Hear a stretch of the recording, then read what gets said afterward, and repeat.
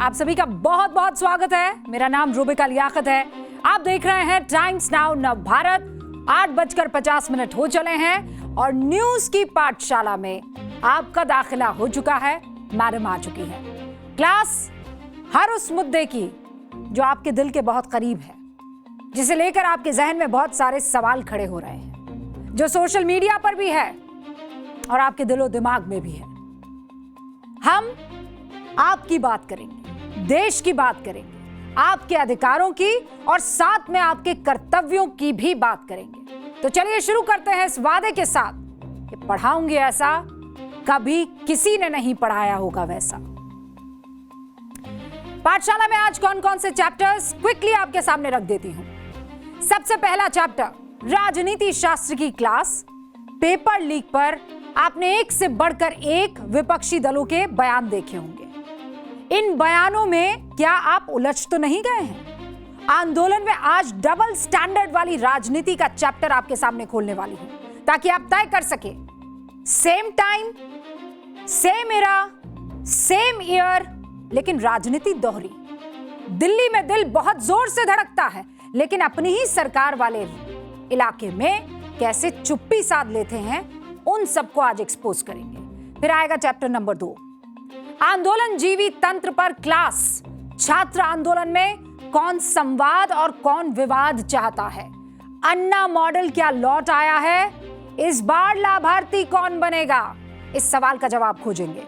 और फिर आएगा पार्ट नंबर 3, लोकतंत्र और संविधान की क्लास।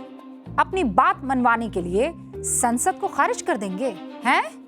संविधान के विरुद्ध बोलने वालों पर एक कड़ा चैप्टर आपके सामने होगा। और फिर आएगा पार्ट नंबर 4, बाढ़ से बेहाल सिस्टम की क्लास लेना जरूरी है।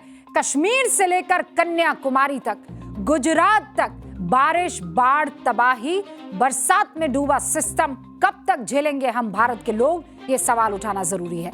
और फिर अंत में हमारा स्पेशल सेगमेंट, जिसमें हम आपको बताएंगे एक ऐसे मंदिर के बारे में जिसकी चुंबकीय शक्ति खींचती है। सोचा है कभी क्यों? चलिए शुरू करते हैं न्यूज की पाठशाला। आज आपको एक अद्भुत और खतरनाक कला से रूबरू करवाते हैं। तैयार हैं आप? Yes ma'am. It's called location based sympathy, यानी जगह के हिसाब से संवेदना। घटना अगर विरोधी दल के राज्य में हो तो प्रेस कॉन्फ्रेंस, एक्सपर्ट, बहुत बड़े बड़े पोस्ट, मार्च, आक्रोश। लेकिन वही घटना अगर आपके राज्य में हो जाए तो सन्नाटा। यानी इंसाफ का पैमाना घटना से तय नहीं होता है, सरकार के पिन कोड से तय होता है। आज रिकॉर्ड बताएगा कि संवेदनाएं कितनी वैचारिक है और कितनी राजनीतिक है। पेपर लीक तक करवाना बंद नहीं कर सकते आप? सरकार से क्यों नहीं सवाल पूछे जाते हैं? मतलब इन तमाम नेताओं को अगर आप सुनो तो ऐसा लगता है कि अगर ये सत्ता में होते ना भैया, इनके पास अगर पावर होता ना, तो पेपर लीक होता ही नहीं, मासूम बच्चों पर लाठियां भांजी ही नहीं जाती। लेकिन आपको समझ में आएगा कि नीट के नाम पर विपक्ष की कथनी और करनी में जमीन आसमान का फर्क है, और मेरे बिल्कुल बगल वाली तस्वीरों में चल भी रहा है। आज आपको समझ में आएगा कि विपक्षी पार्टियों की सरकारें अपने राज्यों में कितना अमृत बरसा रही है। आज आपको समझ आएगा कि दिल्ली में जो विपक्षी नेता लाल लाल आंख दिखा रहे हैं ना, अपनी ही सरकारों की करतूतों पर उनकी आंखों का पानी कैसे सूख जाता है। दूसरों से जवाब मांगने वाले अपने घर की हकीकत पर कैसे खामोश नजर आते हैं। अगर पुलिस की लाठी दिल्ली में मारी जाए तो लाठी, लेकिन पंजाब में मारी जाए तो मीठा गन्ना। दिल्ली में पुलिस की लाठी तानाशाही, पंजाब में पुलिस की लाठी लॉ एंड ऑर्डर। पुलिस की लाठी का दर्द राज्य देखकर बदल जाएगा। दिल्ली में पड़े तो लोकतंत्र खतरे में, पंजाब में पड़े तो कानून व्यवस्था दुरुस्त। वो रामचरितमानस में तुलसीदास जी ने कहा है ना, पर उपदेश कुशल बहु तेरे, यानी दूसरों को उपदेश और सलाह सीख देना बहुत आसान है, लेकिन वही कसौटी खुद पर आने लगे तो सारे सिद्धांत और नैतिकता छुट्टी पर चले जाते। कहां चले जाते हैं? छुट्टी पर। जंतर मंतर के शोर में पंजाब का लाठीचार्ज दिखा आपको? सुनाई पड़ा उसके लठ की आवाज? ये कॉकरोच जनता पार्टी के तमाम युवाओं के दिल में दर्द उठा इस लाठीचार्ज पर? इस लाठी पर क्या चाशनी लगी हुई थी? ये मखमली लाठी थी कि ये जब बदन पर पड़ रही थी महिलाओं के और युवाओं के तो दर्द नहीं हो रहा था? परीक्षा लीक वाली करतूत यहां क्यों नहीं उजागर हो रही है? और आज इस पर बात करना जरूरी है ताकि धर्मेंद्र प्रधान का इस्तीफा मांगने के साथ साथ केजरीवाल साहब पंजाब में अपने मंत्री का भी इस्तीफा मांगे, क्योंकि हमें भी चाहिए इस्तीफा, केंद्र में भी और राज्यों में भी। इन तस्वीरों को देखकर शायद अरविंद केजरीवाल और मनीष सिसोदिया का दिल थोड़ा पसीज जाएगा। इन तस्वीरों को देखकर वो अपने सीएम भगवंत मान से कड़क आवाज में जरूर पूछेंगे, पंजाब में ये क्या चल रहा है जी? किसके इशारे पर चल रहा है जी? कौन कौन मिले हुए हैं जी? आपकी स्क्रीन पर पंजाब की इस वक्त जो तस्वीर चल रही है, और ये 3 तस्वीरें, एक एक नहीं, कितनी है? 3 तस्वीरें। कहां कहां की है और कब कब की है? आपके सामने ये है। फरीदकोट की है, खन्ना की है, पटियाला की है। जो पहली तस्वीर है वो Punjab pharmacy officer exam leak की है। पेपर लीक की बात सुनी होगी ना आपने? यहां तो पूरी की पूरी परीक्षा लीक हो गई। दूसरी तस्वीर जो है वो पंजाब में मजदूरों पर किस तरीके से अटैक किया जा रहा है। 15 जुलाई को 8 महीने से रुके बकाया वेतन की मांग की जा रही थी। अब ये लोग इंसान नहीं है? पंजाब में रहने वाला मजदूर इंसान नहीं है, जंतर मंतर पर बैठा इंसान है। वेतन तो नहीं मिला, लेकिन पुलिस की लाठियां मिली, दौड़ा दौड़ा कर पीटा गया। और फिर तीसरी तस्वीर पिछले महीने की है, जहां आईटीआई पास युवाओं पर पंजाब पुलिस जमकर लाठीचार्ज कर रही थी। कई लड़के और लड़कियां घायल हो गए थे, अस्पताल में एडमिट करवाना पड़ा था। यहां भी तो ये लोग बैठे ही हुए हैं। पुलिस जब लाठीचार्ज कर रही है,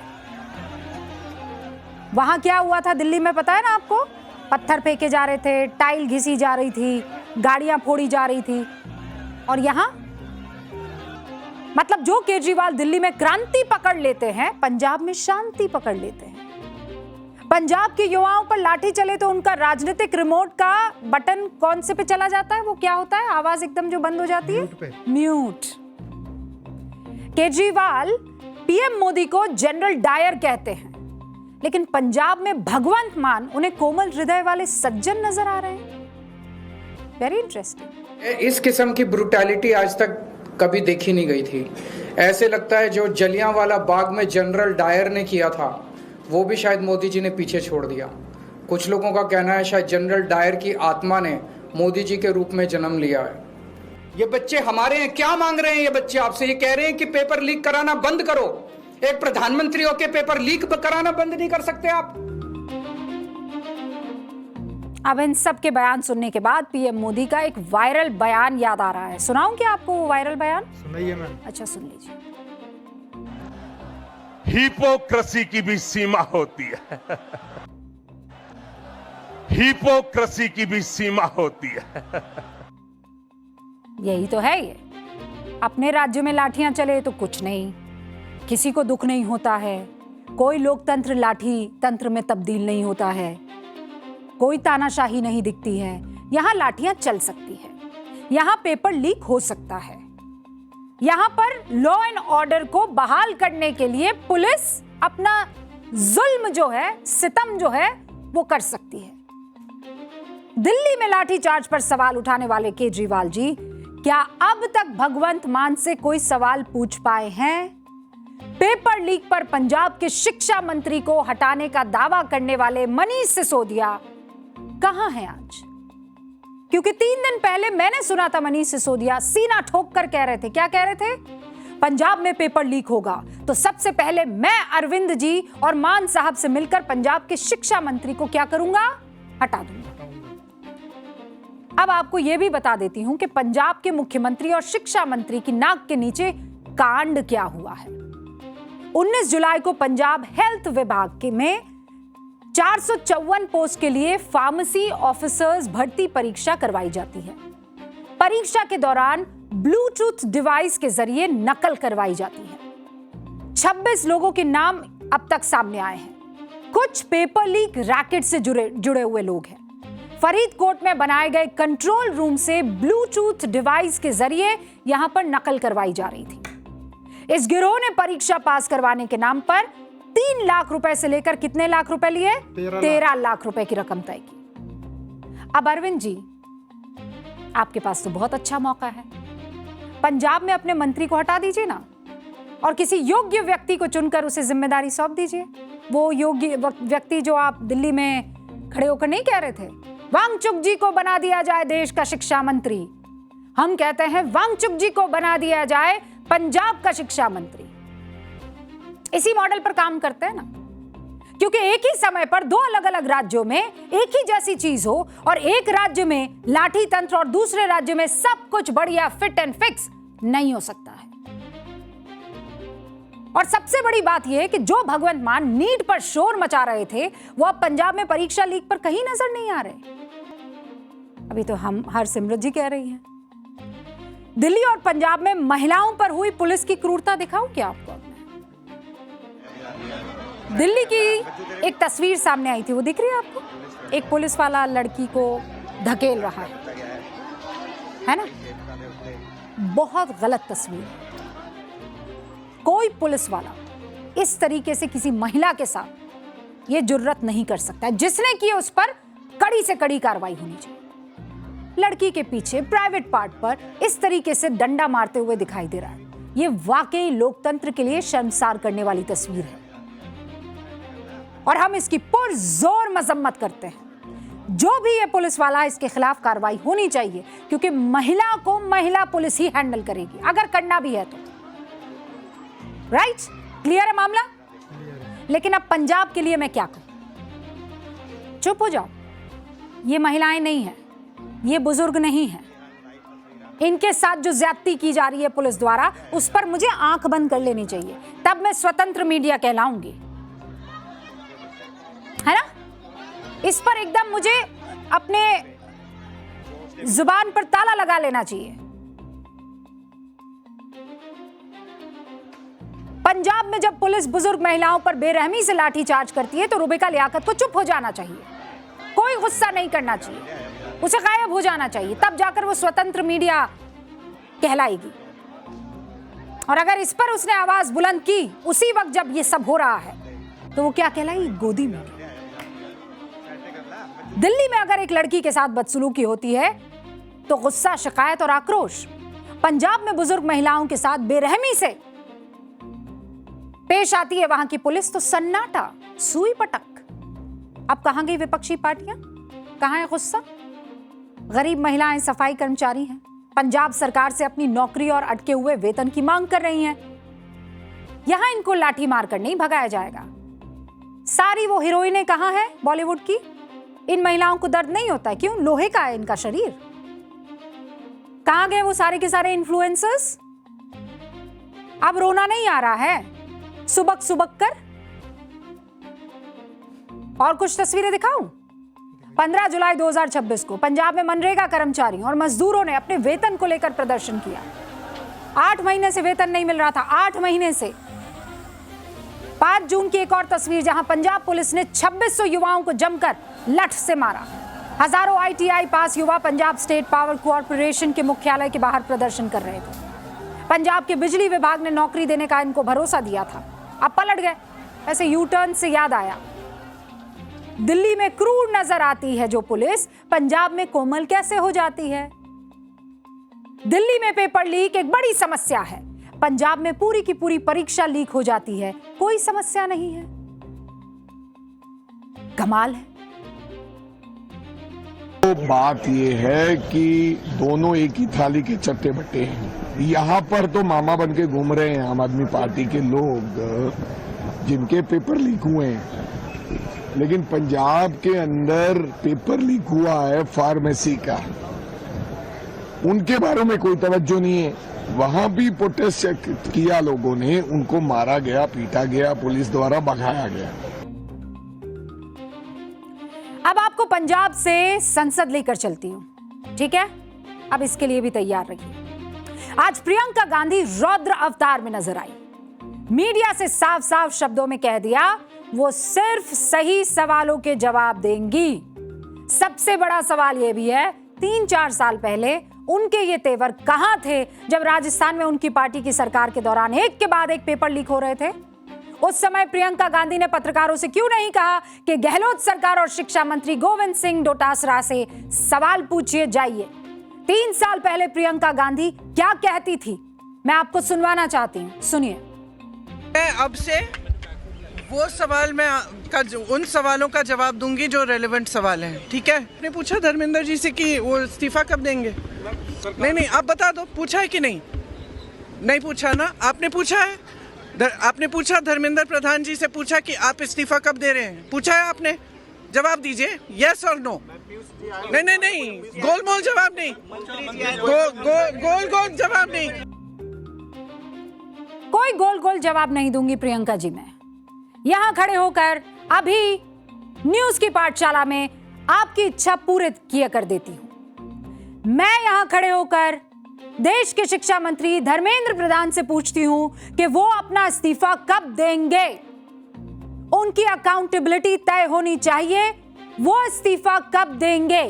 फिर रिपीट करती हूं, धर्मेंद्र प्रधान इस्तीफा कब देंगे। अब सवाल पूछ लूं प्रियंका जी आपसे। प्रियंका गांधी 3 साल पहले फ्लैशबैक में आप जाइए, राजस्थान में कांग्रेस की गहलोत सरकार थी, गोविंद सिंह डोटासरा माननीय शिक्षा मंत्री थे। उस दौर में लगातार पेपर लीक की घटनाएं हो रही थी। मैडम सुनिए ना, प्लीज सुनिए। शिक्षक भर्ती के लिए रीट का पेपर लीक हो गया, लाखों छात्रों की मेहनत पर पानी फिर गया, युवा सड़कों पर उतर आए। शिक्षा मंत्री डोटासरा इस्तीफा दिया क्या? उनसे इस्तीफा मांगा गया क्या? उस समय डोटासरा ने क्या बयान दिया था, आप सुनना चाहेंगी प्रियंका जी? मैं बताऊं आपको क्या बयान दिया था। उन्होंने कहा शिक्षा मंत्री करवाता है क्या रीट का पेपर? फिर दोहरा दूं, शिक्षा मंत्री करवाता है क्या रीट का पेपर? रीट का पेपर तो माध्यमिक शिक्षा बोर्ड करवाता है, सरकार एक्शन ले रही है। डोटासरा कहते हैं कानून व्यवस्था बनाने में काम पुलिस का है। प्रदर्शन कर रहे आंदोलनकारियों को पुलिस लड्डू देती है क्या? मैं कुछ भी इधर उधर नहीं कर रही हूं, जो उन्होंने कहा है वही पढ़कर सुना रही हूं। यानी पुलिस राजस्थान में लाठीचार्ज करे तो लड्डू, लेकिन दिल्ली में लाठीचार्ज करे तो अत्याचार। डोटासरा ने यह नहीं बताया कि माध्यमिक शिक्षा बोर्ड शिक्षा मंत्रालय के अंदर आता है। आप उसी शिक्षा मंत्रालय में मंत्री थे, ठीक उसी तरह जैसे नीट की परीक्षा नेशनल टेस्टिंग एजेंसी करवाती है, जिसके मंत्री धर्मेंद्र प्रधान हैं। मतलब वो जिस मिनिस्ट्री में आता है उसके मंत्री धर्मेंद्र प्रधान हैं। डोटासरा पर सबसे बड़ा आरोप तो यह है कि उनके शिक्षा मंत्री रहते उनके परिवार के 4 लोगों को आरपीएससी यानी राजस्थान पब्लिक सर्विस कमीशन में सिलेक्शन करवाने में मदद करवाई गई थी। उनमें उनका बेटा, बहू का भाई, बहन, इनका नाम शामिल है। ऐसे बड़े बड़े आरोप लगे हैं। ये हम नहीं कह रहे हैं, ये विपक्षी सवाल उठा रहे हैं। तब प्रियंका गांधी ने माननीय डोटासरा जी से ये क्यों नहीं पूछा कि क्या कर रहे हो गुरु? तब डोटासरा आंदोलन को नौटंकी बताया करते थे, पुलिस की लठ को लड्डू बताया करते थे। आज क्रूरता बता रहे हैं। सच्ची सुनिए। को राजस्थान की विधानसभा आ रही है, 9 तारीख को तैयारी करनी चाहिए। जिसके खिलाफ जो बात करनी है उसको राजस्थान की विधानसभा का मंच खुला पड़ा है। अगर किसी के व्यक्तिगत आरोप भी लगाने हैं तो राजस्थान की विधानसभा के नियम और प्रक्रिया बने हुए हैं, वो नोटिस दे और व्यक्तिगत आरोप भी लगाएं, कोई दिक्कत वाली बात नहीं है। लेकिन ये नोटंकी बंद करे, युवाओं के भविष्य के साथ खिलवाड़ बंद करे। एसओजी काम कर रही है, भविष्य में पेपर लीक नहीं हो इसके लिए कोई ठोस कार्रवाई कराने के लिए सरकार के सामने आए। को पीटा गया, बर्बरतापूर्वक पुलिस के द्वारा कार्रवाई की गई, बच्चियों को पीटा गया, कपड़े फाड़े गए, तो उनसे कोई चर्चा नहीं की गई। आज कांग्रेस को याद दिला दूं कि राजस्थान में उनकी सरकार के दौरान किस तरह पेपर लीक हो रहे थे। आइए, क्या करेंगे? सबसे पहले नोट बाबू को प्रणाम करेंगे, ठीक है। अब जरा नोट बाबू पर हम गहलोत सरकार में पेपर लीक की तारीखें लिखते हैं। और आप ये मत कहिएगा आप पहले क्यों जा रही हैं, आज की बात कीजिए। मैं आज की बात कर रही हूं, लगातार कर रही हूं। सरकार को अकाउंटेबिलिटी तय करनी होगी, लेकिन जो लोग आज चीख चीख कर बातें कर रहे हैं वो डबल स्टैंडर्ड नहीं रख सकते हैं।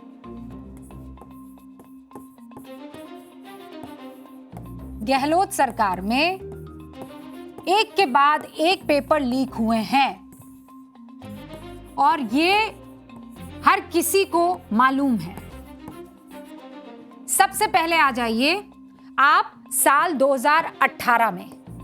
2018 से 2023 आपको पता है कितने पेपर लीक हुए? ये पूरा का पूरा 2021 में 5 पेपर लीक हुए। ठीक है, लाखों बच्चों की मेहनत। फिर आप आइए 2022 में। 2022 में ये आंकड़ा बढ़कर हो जाता है कितना? 10 का। फिर आप आइए 2023 में। शुक्र है 2023 में चीजें थोड़ी सुधरती है और सुधर के कहां पहुंच जाती है? 5 नंबर पर। मतलब जाते जाते भी सरकार में 5 पेपर लीक हो जाते हैं। तो कुल अगर आप जोड़ेंगे तो कितने हुए? 20। 2001 ये तो सरकार थी 2018 से 2023, लेकिन 2021 से लेकर 2023 तक कितने पेपर लीक हुए? लगभग 20 पेपर लीक हो जाते हैं। 20 पेपर लीक हो जाते हैं। अब आप कहेंगे कि रूबिका जी क्या है ये? हाँ, किसको आप बचाने की कोशिश कर रही हैं? रीट में तो हालत ही खराब हो गई थी। मैं किसी को बचाने की कोशिश नहीं कर रही हूं। जेन ज़ी को यह पता होना चाहिए समस्या रूट में है। जो कांग्रेस 2021 में राजस्थान में रीट पेपर लीक पर फ्लावर बनी हुई थी, वो अब दिल्ली में नीट के मामले में फायर बनी हुई है। तब भी छात्रों के साथ गलत हुआ, आज भी गलत हुआ है। और सबसे हैरानी तो यह है कि जो प्रियंका गांधी 2026 में नीट पेपर लीक को एक गंभीर समस्या बताया करती थी, वही 2024 में राजस्थान में कांग्रेस सरकार के दौरान उसे लाइलाज समस्या तब बताया करती थी। आज क्या कह रही हैं वो? आज ये कह रही हैं सवाल मुझसे मत पूछिए, मैं सही सवालों का जवाब दूंगी। 2024 में राजस्थान में कांग्रेस सरकार के दौरान कैसे उसे लाइलाज समस्या बताया करती थी, मैं आपको याद दिलवाती हूं, सुनिए। हर एग्जाम को क्या पेपर लीक करा रहे हो? बच्चे इतना संघर्ष करके पढ़ाई करते हैं, अपने लिए एक फ्यूचर देखते हैं, आप उस फ्यूचर को बिगाड़ रहे हो। आपको मालूम है पेपर लीक की बड़ी समस्या है। गहलोत जी भी जानते हैं कि राजस्थान में भी पेपर लीक हुए थे और ये एक बड़ी समस्या पूरे देश में है, सिर्फ एक प्रदेश की समस्या नहीं है। और बहुत इसको रुकवाने की कोशिश चाहे कितना भी की होगी गहलोत जी ने, लेकिन फिर भी बार बार ये हो रहा था। ओहो, पेपर लीक के मुद्दे पर ये तो बड़ा डिफरेंट किस्म का बयान आ गया। कांग्रेस पार्टी किस तरह सुविधाजनक राजनीति कर रही है उसको आज आपको बताना जरूरी था। अब केरल लेकर चलती हूं। ये बौछार दिख रही है आपको? क्या हो रहा है? बच्चों पर एकदम तेज पानी की बौछार। ये नीट पेपर लीक मामले में ही बौछार हो रही है। प्रॉब्लम यह है कि अलग अलग चश्मा लगा लेते हैं हम। यही कांग्रेस जो दिल्ली में नीट पेपर लीक के मामले में धरना प्रदर्शन कर रही थी, राहुल गांधी जी आपको पता है ना मौजूद थे वहां पर, वही युवाओं को केरल में किस तरीके से पानी की बौछारों से परेशान कर रही है। युवाओं के लाठीचार्ज का बुलंद आवाज में विरोध करने वाली कांग्रेस केरल में युवाओं की आवाज दबाने के लिए वाटर कैनन चलवा रही है। दिल्ली में हमदर्दी का प्रचार, केरल में छात्रों पर वाटर कैनन की बौछार। कमाल है, कमाल है। ये युवा केरल के शिक्षा मंत्री से किसका इस्तीफा मांग रहे? धर्मेंद्र प्रधान का। फिर भी पुलिस से बर्दाश्त नहीं हो रहे। क्यों भाई? कांग्रेस सरकार की मदद कर रहे थे ना ये तो। और सबसे ज्यादा हैरानी की बात यह है कि युवा केरल में, ये जो युवा हैं केरल में धर्मेंद्र प्रधान का इस्तीफा मांग रहे थे और उसी केरल के मुख्यमंत्री वीडी सतीशन दिल्ली में धर्मेंद्र प्रधान का इस्तीफा सड़क पर बैठकर मांग रहे थे। ये देखिए ऐसे जो बैठे हुए हैं, दिखे? राहुल गांधी की आवाज बुलंद करने में केरल के मुख्यमंत्री देखिए कैसे मदद कर रहे हैं। और केरल में जब हो रहा है तो पुलिस लॉ एंड ऑर्डर संभाल रही है। कर्नाटक के सीएम 21 जुलाई को दिल्ली पहुंचे थे, धर्मेंद्र प्रधान का इस्तीफा मांग रहे थे, लेकिन जब केरल के कुछ युवा यही काम करते हैं उनकी आवाज को दबाया जाता है। मतलब केरल और कर्नाटक दोनों के आपको मुख्यमंत्री दिखाई दे रहे हैं, इसीलिए कर्नाटक का मैंने जिक्र किया। अब इसे देखकर यह नहीं लगता है कि कांग्रेस एक मुद्दे पर दो अलग अलग व्यवहार करती है। क्या यह कांग्रेस का पाखंड नहीं है? आप मुझे बताइए। जो कांग्रेस दिल्ली में सहानुभूति का नाटक करती है वो केरल में क्रूर शासक कैसे बन जाती है? जो राहुल गांधी केरल की घटना पर खामोश है वो सोशल मीडिया पर ज्ञानवर्धक बातें कैसे कर लेते हैं? कैसे लिख लेते हैं कि शांतिपूर्ण विरोध एक अटूट और मौलिक अधिकार है। भारत के निर्दोष छात्रों पर हमला करने के आदेशों का आंखें बंद करके पालन करने वाले हर पुलिस अधिकारी और सरकारी कर्मचारी ये बात ध्यान रखे कि संविधान ही आपका मालिक है। तो केरल में नहीं है क्या संविधान मालिक? सत्ता हमेशा के लिए नहीं रहती, जवाबदेही जरूर तय की जाएगी। अब आप मुझे बताइए, राहुल गांधी की यही बातें उनके मुख्यमंत्री क्यों नहीं मानते हैं? जब विरोध प्रदर्शन के नाम पर राहुल गांधी पीएम मोदी के घर पहुंच जाते हैं, पुलिस से भिड़ जाते हैं, सड़क पर लेट जाते हैं, तब कहते हैं कि लोकतंत्र को मजबूत कर रहे हैं। और केरल में अगर कोई उनकी विपक्षी और विरोधी पार्टी का युवा करे तो आप वाटर कैनन की बौछार उनके ऊपर लगाते हैं। काश कि राहुल गांधी ने ऐसा ही विरोध राजस्थान में किया होता आज से 3 साल पहले। काश वो इसी तरह जयपुर में तब के सीएम अशोक गहलोत के बंगले के बाहर लेट गए होते तो शायद रीड पेपर लीक जैसी घटनाएं नहीं होती। और एक और तस्वीर देखिए, नहीं बख्शने वाले हैं। राहुल गांधी मूड में ही नहीं है।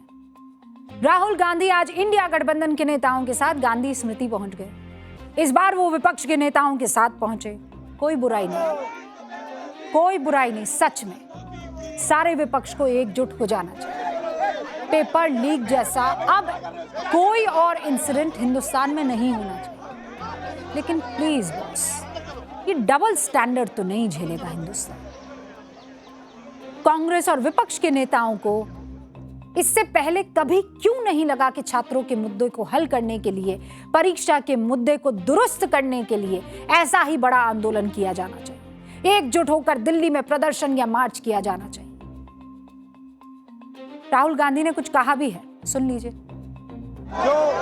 जो हमारे स्टूडेंट्स हैं वो सड़क पे हैं, तो सारे के सारे ऑपोजिशन एमपीज को लगा कि हमें भी सड़क पे होना चाहिए।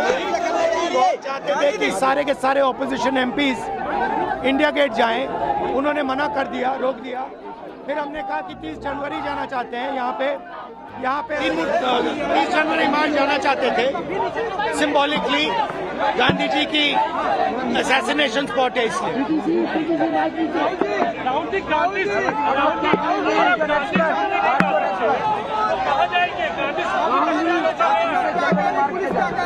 वो शायद अब खोल रहे हैं। हम पूरी ताकत से कहना चाहेंगे, इस देश के बच्चों के साथ न्याय होना चाहिए। इस देश के बच्चों की मेहनत बेकार नहीं जानी चाहिए। वो तमाम बच्चे जो अलग अलग राज्यों से, चाहे अपने माँ बाप को बताए या बगैर बताए, इस आंदोलन में शामिल होने के लिए आए हैं, उनकी बातों को सुनना चाहिए। वो अगर अपने फ्यूचर को लेकर डरे हुए हैं, सहमे हुए हैं, यहाँ की परीक्षा और शिक्षा प्रणाली को लेकर परेशान हैं, तो उनकी सुनवाई होनी चाहिए। हमें इसमें कोई शक नहीं है। लेकिन जो तस्वीरें अभी मैंने आपको न्यूज़ की पाठशाला में दिखाई है, उन तस्वीरों को देखकर आप तय कीजिएगा कि कौन संवेदना प्रकट कर रहा है और कौन राजनीति कर रहा है। कांग्रेस पार्टी संवेदना की जगह शक्ति प्रदर्शन पर क्या जोर नहीं दे रही है? अरविंद केजरीवाल जहां उनकी सरकार है, जहां वो सलूशन निकाल सकते हैं, वहां मुंह मोड़कर दिल्ली का रुख करके प्रेशर बनाकर क्या साबित करना चाहते हैं? बहुत सिंपल सा ये सवाल है।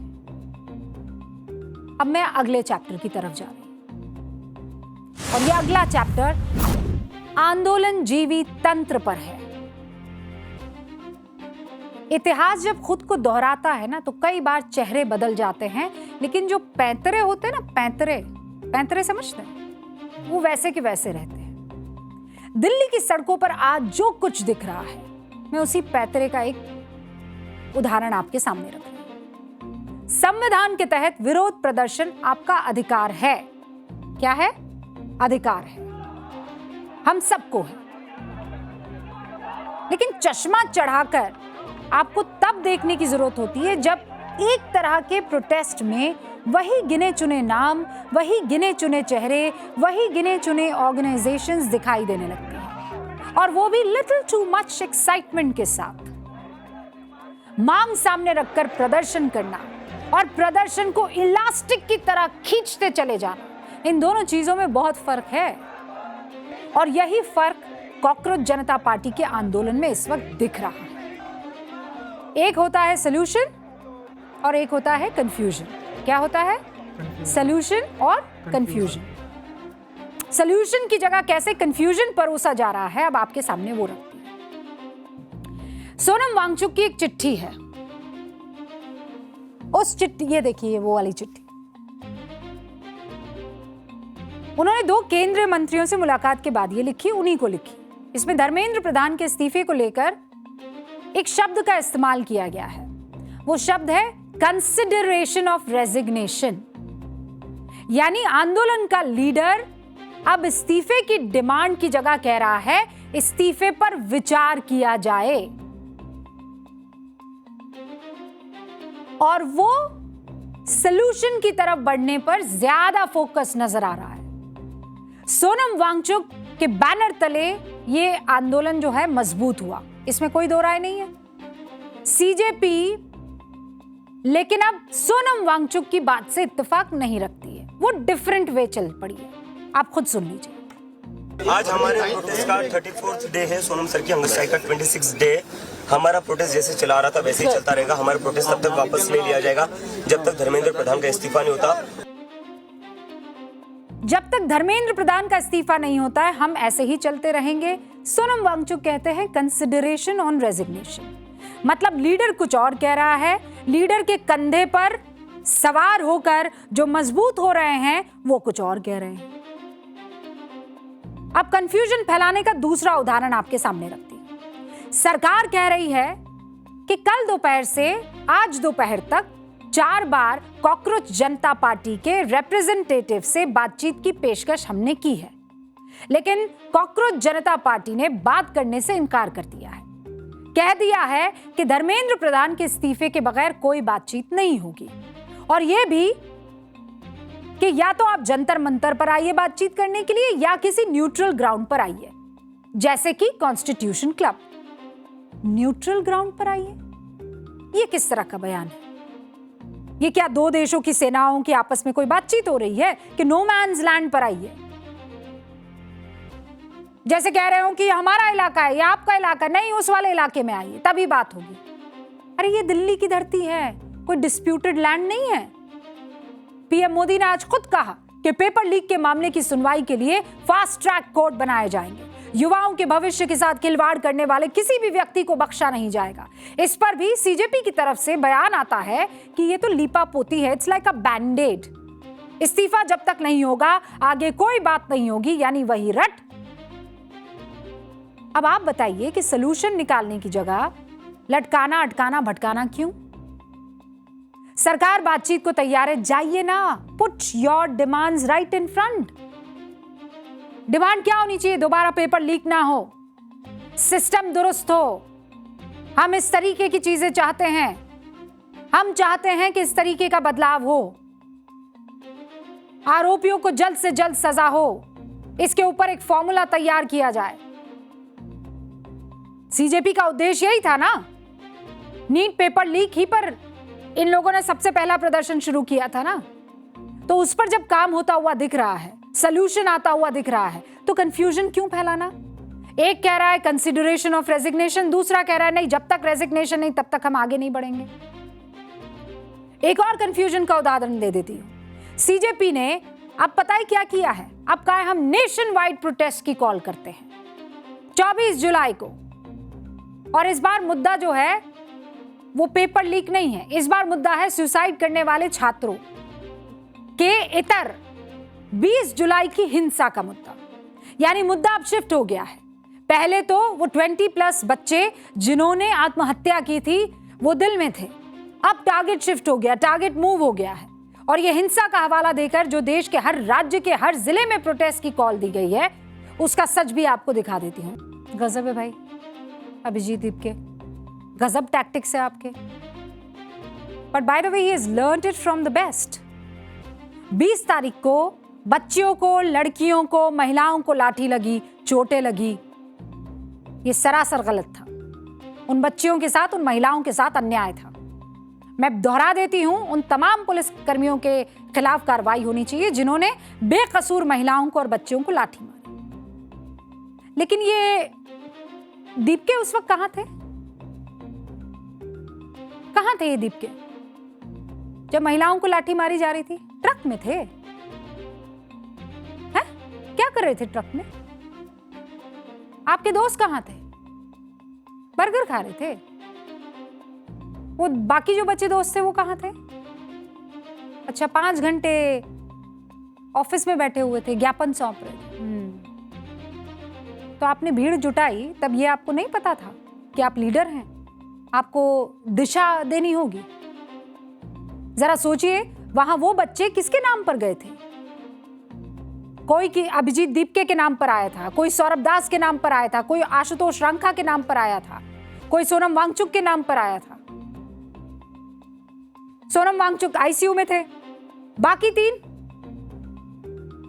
कॉकरोच जनता पार्टी ने बहुत अहम मुद्दा उठाया, शिक्षा का मुद्दा। अभिजीत दीपके और उनके साथी अच्छी तरह जानते हैं कि शिक्षा व्यवस्था में सुधार एक ऐसा भावनात्मक मुद्दा है जिससे हर परिवार जुड़ता है। लेकिन सुधार की योजना कहां है प्रभु? कुछ तो बताओगे, कोई ठोस प्रस्ताव तो दोगे। शिक्षा नीति पर कोई गंभीर बहस तो होगी, एक्सपर्ट्स का कोई ड्राफ्ट तो होगा। शिक्षा मंत्री के इतर कुछ और है। शिक्षा को लेकर क्या किया जाएगा, कोई बात ही नहीं कर रहा है। क्या यह बताया गया कि एजुकेशन सिस्टम में सिलसिलेवार तरीके से किस तरह से बदलाव किए जाने चाहिए? बस एक रट, धर्मेंद्र प्रधान का इस्तीफा, वो तो सिंबॉलिक है ना, हो जाना चाहिए इस्तीफा, लेकिन फिर उसके आगे क्या? जब तक नहीं होगा तब तक नहीं हटेंगे, ठीक है, लेकिन उसके आगे क्या? एक कदम तो आगे बढ़िए ना हुक्म। What next? सीजेपी ने ऐलान कर दिया कि अगर पीएम मोदी धर्मेंद्र प्रधान का इस्तीफा नहीं ले पाए तो हम पीएम मोदी के इस्तीफे की मांग करेंगे। Wow, this is what is next. अब आप सोचिए, अभिजीत दीपके के मुद्दों वाली मांगे क्या पॉलिटिकल मांगों में अब तब्दील नहीं हो रही है? आपकी मंशा सिर्फ शिक्षा व्यवस्था को सुधारने की है, तो फिर ये आपकी मांगों का रुख हर दिन राजनीतिक क्यों दिखाई दे रहा है प्रभु? और इसे कहने की कोई ठोस वजह है? क्योंकि ठीक इसी तरह की पटकथा इस देश ने 1 दशक पहले घटते हुए देखी है। राजनीतिक सपने और सत्ता की महत्वाकांक्षा देखी है। वही स्क्रिप्ट, वही इतिहास दोहराया जा रहा है। नहीं, समझ में नहीं आ रहा कुछ। काउंटडाउन तो नीट परीक्षा के पेपर लीक करने वाले उन दानवों का होना चाहिए था ना, अभिजीत दीपके, मिस्टर रंका। काउंटडाउन तो इस बैड शिक्षा प्रणाली का होना चाहिए था। काउंटडाउन तो बच्चों के भविष्य के साथ खिलवाड़ करने वाले उन तमाम भयानक चेहरों का होना चाहिए था। ये सरकार का काउंटडाउन कहां से आ गया? ये तो बड़ा पॉलिटिकल है। राहुल जी ये बात कहे तो समझ में आता है, अरविंद केजरीवाल ये बात कहें तो समझ में आता है, शरद पवार, उद्धव ठाकरे, तमाम लोग कहें तो समझ में आता है। आप तो नीट पेपर लीक की समस्या को लेकर आए थे ना। अच्छा, मान लीजिए सरकार गिर जाती है, आप गिरा देते हैं, अगर गिरा, मान लीजिए हाइपोथेटिकली, तो इससे बच्चों का भविष्य सुधर जाएगा। मतलब उसके बाद नीट परीक्षा को लेकर कोई बच्चा जिंदगी में आत्महत्या नहीं करेगा। किसी तरह की कोई परेशानी आने वाले दिनों में बच्चों को नहीं होगी। इस्तीफे से शिक्षा प्रणाली टॉप की हो जाएगी। वाह, किसे बेवकूफ बनाया जा रहा है? मंशा क्या है? ये कदम किस तरफ जा रहे हैं? क्योंकि हमने आंदोलन देखे हैं, बहुत सारे फेजेस में चलते हुए आंदोलन देखे हैं। पहले भ्रष्टाचार, फिर लोकपाल, फिर शीला दीक्षित, फिर उनके मंत्रियों का इस्तीफा, फिर पूरी सरकार हटाने की बात, फिर कभी नहीं बनाएंगे पार्टी, फिर बना ली पार्टी, फिर कहा हम तो जैसे हैं वैसे ही रहेंगे, फिर आ गया शीश महल, फिर कहा हमें सिस्टम बदलना है, फिर आ गई एक नीति जिसमें एक के बदले एक फ्री मिलनी थी। ये सब तो देखा हुआ है, बिल्कुल एकदम डेजा वू। 2011-12 के अन्ना आंदोलन, 2026 के कॉकरोच जनता पार्टी के आंदोलन में बहुत सारी सिमिलैरिटीज है। पॉलिटिकल प्ले बुक,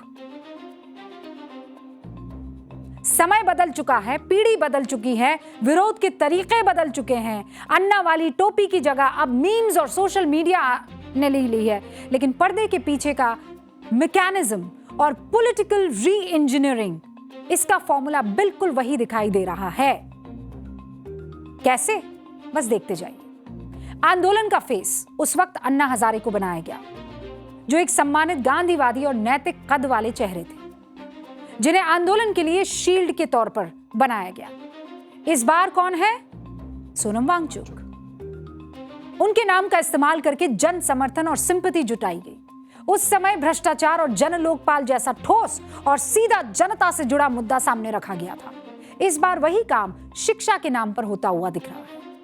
आंदोलन की मांग और मुद्दे उस वक्त भी बदलते हुए चले गए, आज भी ऐसा ही कुछ होता हुआ दिख रहा है।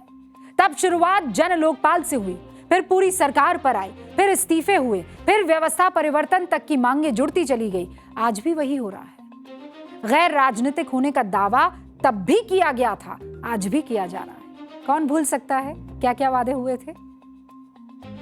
पॉलिटिक्स? No, never. सरकारी घर? ना, बिल्कुल नहीं। गाड़ी? कतई नहीं। शीश महल आ गया सामने, याद है ना? संसद घेराव का प्रयास, मंत्रियों के आवास के बाहर प्रदर्शन, वाटर कैनन, लाठीचार्ज, सब कुछ तब हुआ, इस बार भी हुआ। जन आंदोलन उग्र हुआ तो विक्टिम कार्ड, ब्लेम गेम का पैटर्न भी वही है। तब भी कहा गया था कि उपद्रवियों को सरकार ने प्लान किया है, आज भी यही कहा जा रहा है। सारे फ्रिंज एलिमेंट बीजेपी ने प्लान किया है। तो कुल मिलाकर पूरी तस्वीर साफ है। एक दशक पहले इसी तरह की कोट अनकोट गैर राजनीतिक आंदोलन के नाम पर देश की जनता ने बड़े बड़े सपने देखे थे, लेकिन नतीजा क्या निकला? क्रांति की आड़ में राजनीतिक महत्वाकांक्षाएं पूरी हुई, वादों के महल बने, ध्वस्त हुए, आम जनता के साथ छलावा। उस दौर ने जन आंदोलन की साख को जो चोट पहुंचाई, उसका असर यह हुआ कि देश में आम नागरिक ऐसे आंदोलन से अब खुद को दूर करने की शुरुआत कर चुका है। जेन ज़ी उस वक्त वो शायद याद ना रख पाई, बहुत छोटी थी। आज 2026 में वैसा ही कुछ कॉकरोच जनता पार्टी के नए पैकेज में परोसने की कोशिश हो रही है।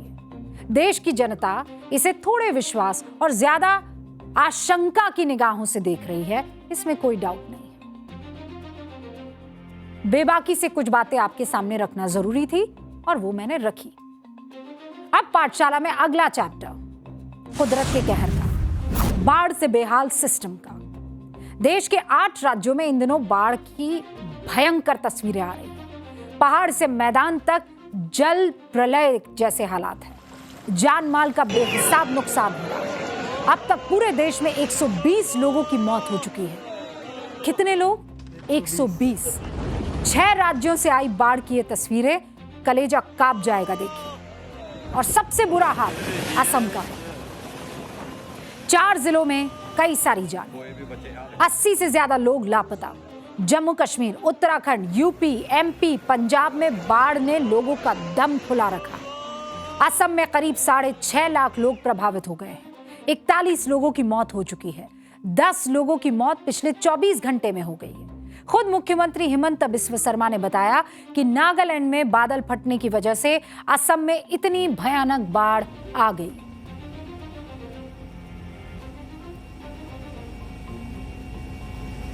एक तरफ बाढ़ और दूसरी तरफ लचर सिस्टम। ये जम्मू कश्मीर के बड़गाम की तस्वीर है। यहां एक शॉपिंग कॉम्प्लेक्स की पूरी बिल्डिंग सुखनाग नाले में समा गई। इस बरसाती नाले में तेज बारिश की वजह से पानी का बहाव इतना तेज था कि 2 मंजिला बिल्डिंग की नींव हिल गई और फिर जो हुआ उसे लोगों के मुंह से सिर्फ चीखें निकलने पर मजबूर कर दिया।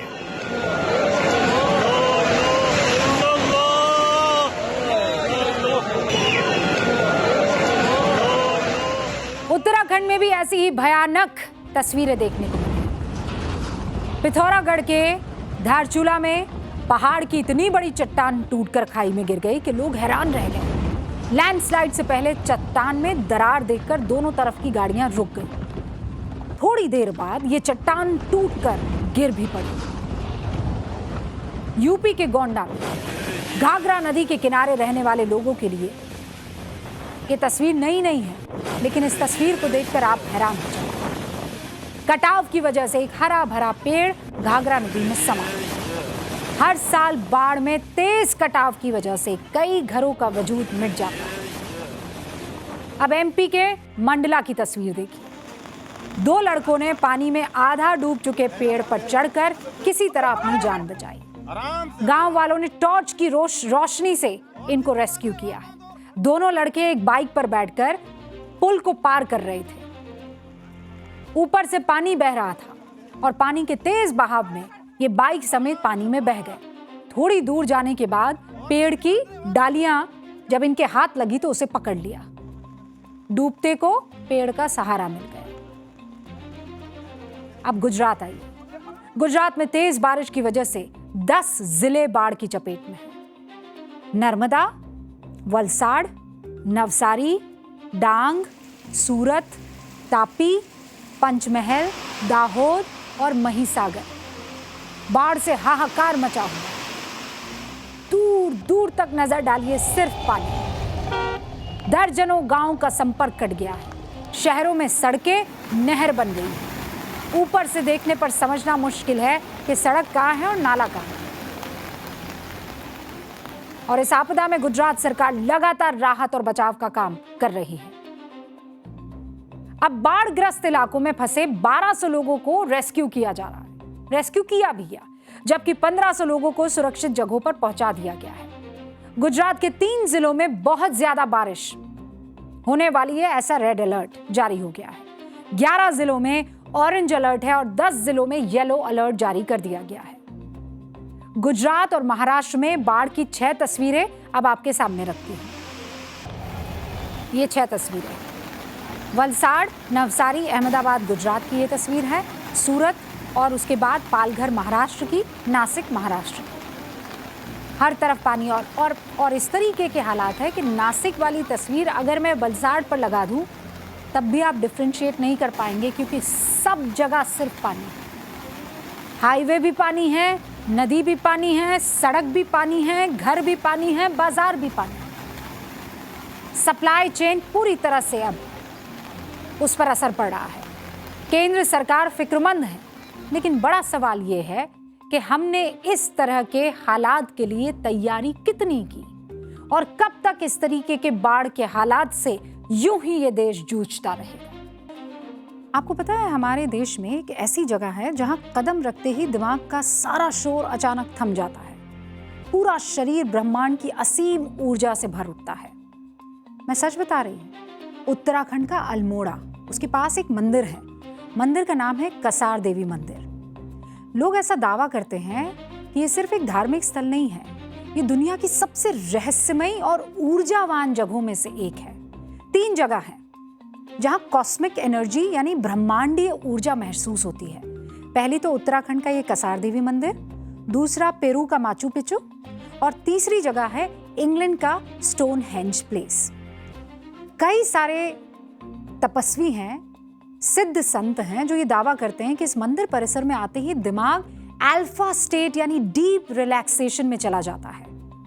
अद्भुत कॉस्मिक ऊर्जा की वजह से यहां आपका मन फौरन शांत हो जाता है।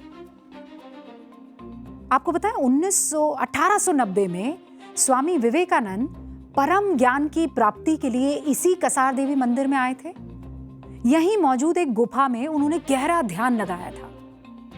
अमेरिकी स्पेस एजेंसी नासा ने अपनी रिसर्च में बताया है कि कसार मंदिर वैन एलन रेडिएशन बेल्ट पर स्थित है। वो डोनट प्रकार का एक रेडिएशन वाला इलाका होता है, यानी पृथ्वी पर ऐसी जगह जहां पृथ्वी के मैग्नेटिक फील्ड में एक बहुत बड़ा और अनोखा अंतर पाया जाता है। एक ऐसी ऊर्जा जिसमें विज्ञान भी है और आध्यात्म भी। मैं तो वहां पहुंच गई थी और अब आपसे आज्ञा लेनी है। मुझे इजाजत दीजिए। आज न्यूज की पाठशाला में इतना ही। कल फिर आपके साथ हाजिर हो जाएंगे और आपको देश और दुनिया की हर बड़ी खबर से रूबरू करवाएंगे, हर डिटेल के साथ। कहाँ? न्यूज की पाठशाला में। नमस्कार।